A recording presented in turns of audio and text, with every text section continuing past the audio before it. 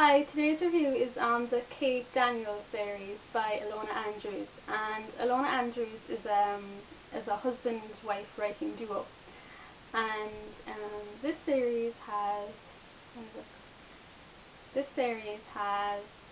four books so far, and the fifth one is out sometime in May of this year. So, firstly, the plot. It's about Kate Daniels, and she has. It's kind of difficult plot to explain because there's no straightforward. This is what happened. It's set in a world that at first I found quite confusing to understand, but it adds a real sense of originality to an otherwise unoriginal supernatural element. So basically, the world is made up of like technology and magic, and they kind of weave in and out. So for a few hours the world is run by technology, so you plug in the lights, and then no one knows when the technology will cut out and magic will come in, and the room is lit by kind of magical lights. That's kind of the basics of the world.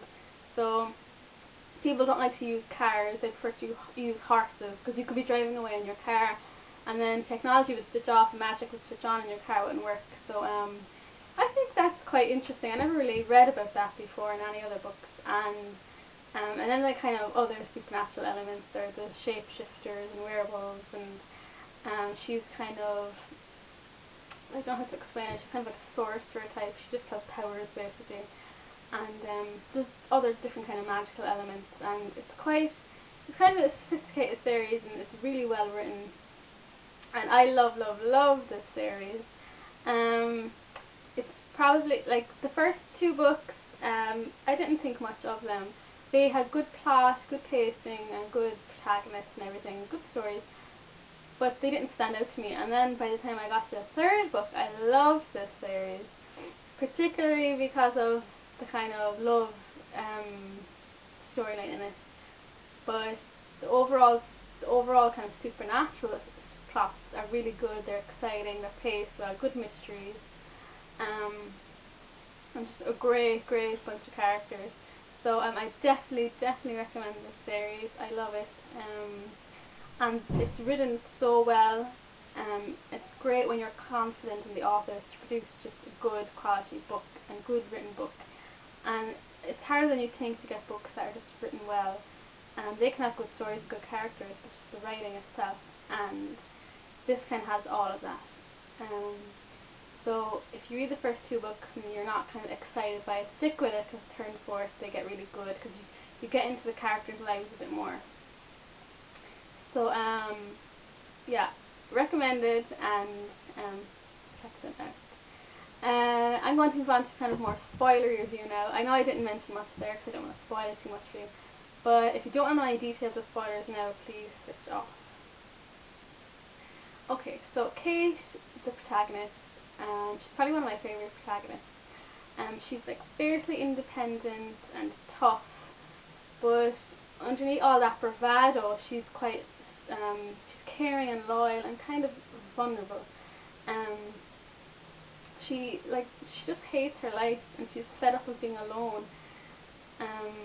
But so you do feel sorry for her, and she's so powerful, but she's really unconcerned by it. Like, she doesn't make a big deal out of the fact that she has these really powerful abilities.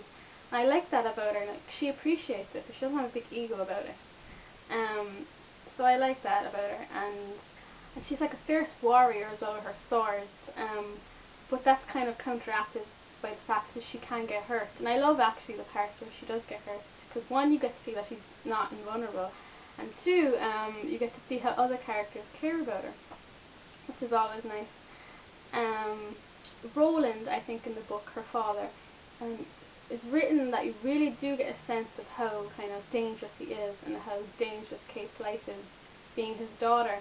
And so that part is written well, and like, she's lived with this secret her whole life, that she's Roland's daughter, and when she does finally reveal her secret to Andrea and then to Curran, like, you really do sense what a big deal this is for her, because been trained her whole life not to say a word about it, and then she has to tell these people. So, you know, it's fascinating to read about. And other characters. So Derek, I really love Derek and Kate's relationship. You know, he has this kind of brotherly, protective thing going on, and I really like it. And they have nice banter. But my favourite thing about this series probably is the whole Kate-Curran relationship.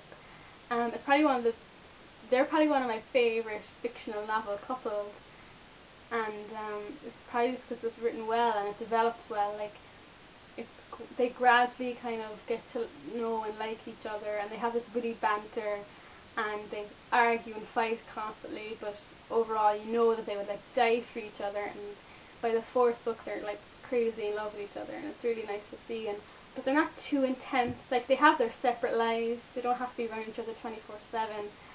And Curran, he just sounds like a really good-looking character, and he's funny, and I just love them together, and I cannot wait for the next book, the fifth book, Magic Slays, in May, just to see where they go as a couple.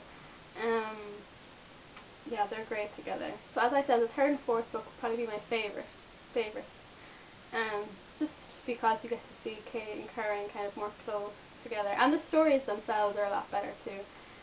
So there are a big bunch of characters. I think it's funny how Kate, who grew up like having no one, like by the end of these four books, she has a really nice, close, loyal friends, which is great to see. And yeah, so and she has this kind of tragic background too, and just overall, like, it's engaging and compelling and just an exciting series of books. Just a note as well, Ilona Andrews' website, I think they're one of the best authors in that they contribute to their website a lot. Like, I know a lot of authors, like, they don't really put up much and they don't blog often, but they do, like, practically every second day, and they put on snippets. So for like the fifth book, which isn't out until May, there's like 3 chapters on their website, and there's snippets, and there's also kind of a book in between the third and the fourth one, from Andrea's point of view. Well, it's not a book really; it's more a kind of like a short story. So if you check that out, if you like Andrea, and check out their website too. So they are definitely recommended. And it's probably the next book is probably one of my most eagerly anticipated books of all the series I read, so I'm really looking forward to it. And please let me know what you think of this series in the comments. And thanks very much for watching our review today.